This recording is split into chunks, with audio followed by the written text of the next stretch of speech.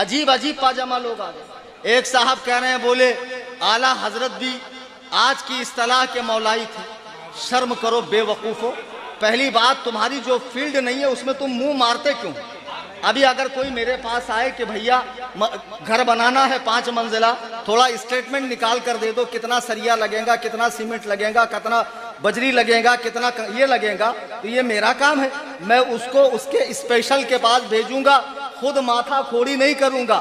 جب ہر چیز کے اسپیشل ہیں تو دین خدا کے لیے علماء سے سیکھو۔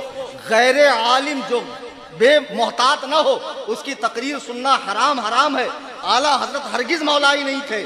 یہ لفظ مولائی اصطلاح اس دور جدید کی ہے۔ پھر کو کل کو کوئی کہیں گا اعلیٰ حضرت اہل حدیث تھے، اور اس معنی میں اہل حدیث تھے جس معنی میں آج کے لوگ یعنی حدیث والا، یقیناً اعلیٰ حضرت اہل حدیث بھی تھے، اہل قرآن بھی تھے، اہل فقہ بھی تھے، اہل قرآن بھی تھے، وہ سب تھے، لیکن اسے جماعت کا نام نہیں دیا گیا ہے، وہ علمی طبقات ہیں فقہائے کرام کے۔ ورنہ ہم دیکھ رہے ہیں گوونڈی میں اسٹوڈنٹ کالج کا، جس کو اردو بھی اگر دے دی جائے تو پسینے چھوٹتے ہیں، کیا لکھا ہوا ہے؟ ماشاءاللہ وہ اسلام 360 سے حدیث و قرآن سمجھ کر دین میں تحقیق کر رہا ہے۔ یہ نو مولود فرقہ جو اپنے آپ کو اہل حدیث کہتا ہے، لوگوں کو کہتے ہیں آپ 4 فقہ میں کیوں بڑھ گئے؟ آپ نے 4 جماعتیں کیوں بنائی؟ حنفی، شافعی، مالکی، حنبلی۔ آؤ ایک اللہ کی رسی کو پکڑو۔ مزے کی بات بتاؤں، 3 دسمبر 1889 کو 136 سال پہلے انگریزی دور اقتدار میں ان کو ملکہ وکٹوریہ نے بھیک میں اہل حدیث نام بطور تحفہ، بطور بھیک دیا ہے۔ یعنی 136 سال پہلے بنے اور مسلمانوں سے کہہ رہے ہیں کہ یہ 4 مسلکوں کو چھوڑ کر ایک رسی پکڑو، اہل حدیث بنو۔ اہل حدیث کوئی فرقہ نہیں ہے، لیکن میں دیکھ رہا ہوں اس جماعت میں جتنے لوگ ہیں اتنے فرقے ہیں، ایک دوسرے سے تحقیق میچ نہیں ہوتی۔ باپ کی تحقیق الگ، بیٹے کی تحقیق الگ۔ باپ بول رہا وطر 3 ہے، بیٹا بول رہا 1 ہے، پوتا بول رہا وطر ہے نہیں۔ جب خود سے حدیث قرآن پڑھو گے، ابے گھامڑوں حدیث پڑھنے کے لیے میں نے 18 سال مدرسے میں لگائے۔ کتنے؟ 18 ایئرز۔ حافظ، قاری، عالم، فاضل، مفتی، بطور تحدیث نعمت پہ بتا رہا ہوں۔ الحمدللہ اس کے بعد بھی میں کچھ ایسے مسئلے آتے ہیں ڈیفیکلٹ، رجوع کرتا ہوں محمود العلماء سے، محدث کبیر سے، یا اپنے کسی سینئر ساتھی سے، یا کتاب دیکھتا ہوں۔ اتنا محتاط معاملہ ہے دین کا، جس کو ذرا سا بیان کیا سن لیا، موبائل لے کے خود ہی گچر کر کے محقق بن رہا ہے ماشاءاللہ۔ اور تحقیق بھی کیا نرالی۔ مسجد میں آ گئے، یہاں صف میں 25 کھڑے ہوتے ہیں، یہ 10 گھامڑ آ جائیں، اتنی ٹانگیں پھیلائیں گے کہ بیچ میں سے قربانی کا دمبا نکل جائے۔ یہ کیا پھانسی دے کے مار دو؟ اگر حوالدار بلائے بیٹا ادھر آ، تو ایسے ہی پٹیلی میں تو آستین بستین چڑھا کے ایسے جانا، پھر دیکھ تیرے گوشت والے حصے کی حالت کیا ہوتی۔ ہاں ذرا سوچو، معمولی حوالدار یہ حلیہ برداشت نہیں کرتا، تو احکم الحاکمین کی بارگاہ میں آیا ہے، جہاں لوگ تھر تھر کانپتے ہیں کھڑے ہونے کے لیے۔ اماں عائشہ فرماتی ہیں کہ آپ کے پائے اقدس میں ورم آ جاتا، سوج جاتے۔ میں عرض کرتی یا رسول اللہ اپنی حالت پر رحم کریں۔ حضور ارشاد فرماتے کیا میں اپنے رب کا فرما بردار بندہ نہ بنوں؟ غور کریں، سردار انبیاء تو نماز سے غافل نہیں ہے، نماز پنجگانہ کے علاوہ پوری رات نوافل پڑھ کے رب کو راضی کر رہے ہیں۔ آج کے پیروں کو کس نے لولی پاپ دے دیا کہ جو خود تو اپنے آپ کو جنتی سمجھے ہوئے ہیں، مریدوں میں بھی پھوکٹ کی ٹکٹ بانٹ رہے ہیں جنت کی، اور مرید بھی مست ہے کہ قیامت کے میدان میں پیر صاحب کہیں سے آئیں گے، لٹھ والی سرکار، بال والی سرکار، جھاڑو والی سرکار، اڑیا پیر، گڑیا پیر، لٹیا پیر، چٹیا پیر، کڑے وڑے پہنے، بڑی تسبیح کی مالا ڈالے ہوئے، آؤ میرے مریدو جنت تمہارا انتظار کر رہی ہے۔ ابے تو ڈھونڈتا ہی رہے گا، فرشتے وہاں اسپیشل تندوری بنائیں گے گھسیڑ کے سلیا، میرے پیر کہاں ہے؟ پھر تو ڈھونڈتا ہی رہنا۔ پیر پرستی کرتے کرتے مل گیا مجھ کو اللہ اللہ۔ جاہلو جہالت بند کرو، دین نام ہے قرآن و سنت کے اتباع کا،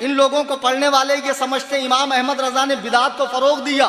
اللہ کی قسم امام احمد رضا نے گھروں میں ہونے والی بدعات، بچے کے پیدائش کے ساتھ جو بدعات ہوتی ہے، شادی بیاہ میں ہوتی ہے، موت مٹی میں ہوتی ہے، مزارات پر ہوتی ہے، محرم میں ہوتی ہے، اور اسی طرح دیگر ایام میں ہوتی ہے، ان کا زبردست رد کیا ہے۔ حتیٰ کہ اعلیٰ حضرت امام اہل سنت اپنے فتاویٰ میں جاہل صوفیوں کا جو آج جنت کی ٹکٹیں بانٹتے ہوئے پھر رہے ہیں، جن کی جنت کا خود کوئی ٹھکانہ نہیں ہے، لیکن لوگ دیکھ رہے ہیں اتنی بڑی داڑھی ہے اور اتنا بڑا بال ہے 22 فٹ کا، یہ تو ضرور کرامت کی وجہ سے ہے۔ اگر آپ کو ایسے ہی بال کرامت لگتے ہیں تو آپ کمبھ کے میلے میں چلے جاتے، تو جو جٹھاداری سرکاریں آپ کو ملتی تو وہاں کتنے بڑے بڑے تاجدار ملنگا مل جاتے۔ میں تو کہتا ہوں اصل میں پیر صاحب غلطی سے آدی واسی تیل کے ڈرم میں گر گئے تھے، اسی لیے پیر صاحب جلفے دراز ہو گئے ہیں۔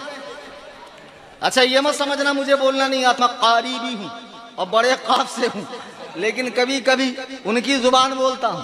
تو بہرحال جاہل صوفیوں کا بھی اعلیٰ حضرت نے تعاقب کیا ہے۔ اعلیٰ حضرت اپنے فتاوے میں لکھتے ہیں کہ حضرت جنید بغدادی کون ہے؟ حضرت غوث پاک کے دادا پیر ہیں۔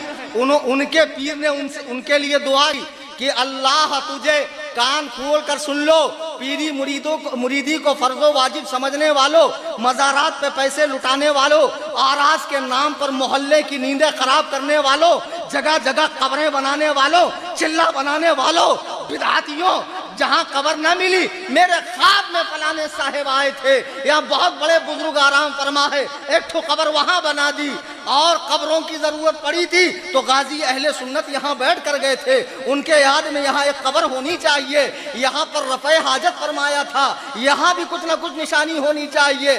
ارے کمبختو، تم کیا پورے ملک کو قبروں سے بھر دو گے؟ آج جو پیر مر رہے ہیں اٹھا کر ڈالو قبرستان میں تاکہ ان کا فیض بیچارے گنہگاروں کو ملے۔ کیوں الگ سے سب کی مزاریں بنا رہے ہو؟ ہاں جو مزار بنائے جانے کے لائق ہیں ان کی ضرور بننی چاہیے، لیکن یہ شریعت پر بھونکنے والے، صحابہ کی عظمتوں پہ حملہ کرنے والے، شریعت و طریقت کو الگ بتانے والے کیا جنید بغدادی سے بڑے پیر ہیں؟ سنو، جنید بغدادی غوث اعظم کے دادا پیر ہیں، فرماتے ہیں مجھے میرے پیر نے دعا دی۔ کیا دعا دی؟ اللہ تجھے پہلے حدیث و فقہ کا عالم بنائے، اس کے بعد صوفی بنائے۔ سبحان اللہ، سبحان اللہ۔ امام غزالی اس کی شرح کرتے ہیں کہ مراد یہ کہ وہ شخص صوفی ہو ہی نہیں سکتا جس کو حدیث و فقہ کا علم نہ ہو، وہ تو مسخرہ ہے، وہ تو جاہل ہے، اس کی نیا تو ڈوبی ہے۔ ہم تو ڈوبے ہیں صنم، تم کو بھی لے ڈوبیں گے۔ ایسے جاہلوں کو تم نے سمجھا ہے نیا پار کرنے والے، اور یہ پیر صاحب ماشاءاللہ جب تشریف لاتے ہیں تو جتنے بیچن ہے، جتنے چاچی ہے، جتنے بچو ہے، جتنے باٹلا ہے، جتنے فائر ہے، سمجھ گئے نا؟ خلافت پہ خلافت، بتاشے بانٹ رہے ہیں۔ ارے خلافت بانٹ رہے ہیں کہ بتاشے بانٹ رہے ہیں؟ اب ماشاءاللہ پیر صاحب خوب سارا مال مٹیریل بٹور کر عمر و عیار کی زنبیلیں بھرتی نہیں نا، ٹھوستے جاتے، اور یہ ہولا، یہ دیوانہ رکشہ لون پہ اٹھا رہا، بینک والے ڈھونڈ رہے کہاں ہے، بھرا نہیں انہیں، اور یہ لکھا رہا پیر صاحب کا کرم اما بتا، اپنے اسکوٹی پہ لگا رہا وہ دو منہ کی ایرانی خنجر ذوالفقار حیدری۔ بتاؤ جس پیر کو تو سمجھ رہا ہے ابے یہ پیر تیرے پیسوں سے چل رہا ہے، بیمار پڑتا ہے ڈاکٹر کے پاس جاتا ہے، اس کو حجام کی ضرورت، درزی کی ضرورت، موچی کی ضرورت، ہر وقت تو یہ حاجتوں سے گھرا ہوا ہے، اس کی مرتے ہی سنگ مرمر کی مزار، اور پھر لوگوں کو حاضری آ رہی ہے، بابا مشکل کشا، حاجت روا، دافع البلا، قاطع الوبا۔ خدا کی قسم یہ جتنے صحابہ پر بھونکنے والے حال فی الحال میں مرے، آئندہ مریں گے، ان کی قبریں کھولو، اگر ہڈی بھی سلامت رہی تو کلیم حنفی کا نام بدل دیں گے۔